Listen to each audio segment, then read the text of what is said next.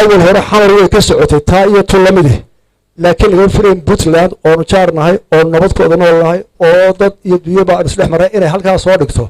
أنا جوحان وجباقنا تا عراض وهين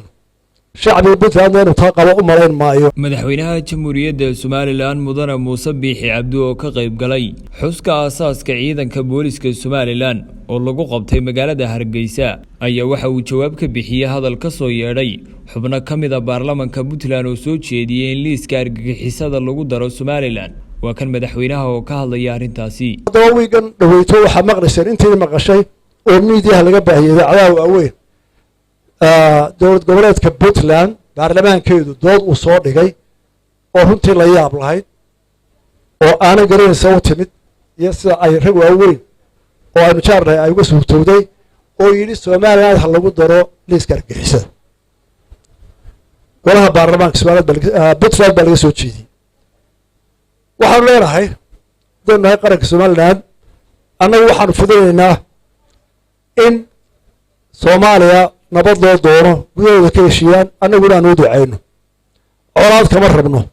halkaa ay dhigeen waxaanu annagu u dhigaynaa walaaltinimo inay gudahooda hagaajistaan jaar wanaagsan oo walaalaan ay noqonno dadna aynu isugu dhownahay haddaynaan intaan isku tarayna inaynu isu ducayno ay ahayde lagama filayn maanta halkaa ay ka qaaday Puntland awal hore xamar way ka socotay taa iyo tullamide laakiin laga filayn Puntland oo nujaarnahay oo nabadka ödan olahay oo dad iyo duuyo baa isleex maray inay halkaa soo dhigto annagu waxaan ugu baaqaynaa taa colaad uma hayno shacbiga Puntland inuu taa qabo u marayn maayo iyo qof wax garadi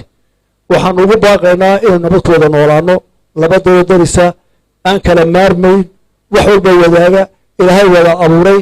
colaad gaar ah wadale oo labadeenaba cadow inuu wada eryanaya oo ka horjeeda uu jiro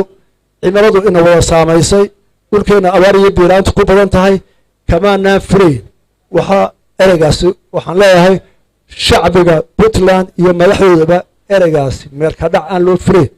way Soomaaliland waxaan leeyahay inagu walaal nabad iyo wanaag baynu jawaabaynaa haddii iyagu ay qaataan waanu ka abhinaynaa inaynu dagaal iyo ilaa heerka iyo buuq dambe midkeena ma qaadi karaynu ka deeyno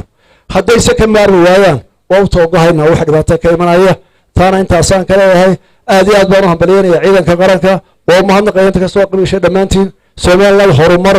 iyo insha Allah taala wanaag Axmed Maxamuud Dalsan TV Hargeysa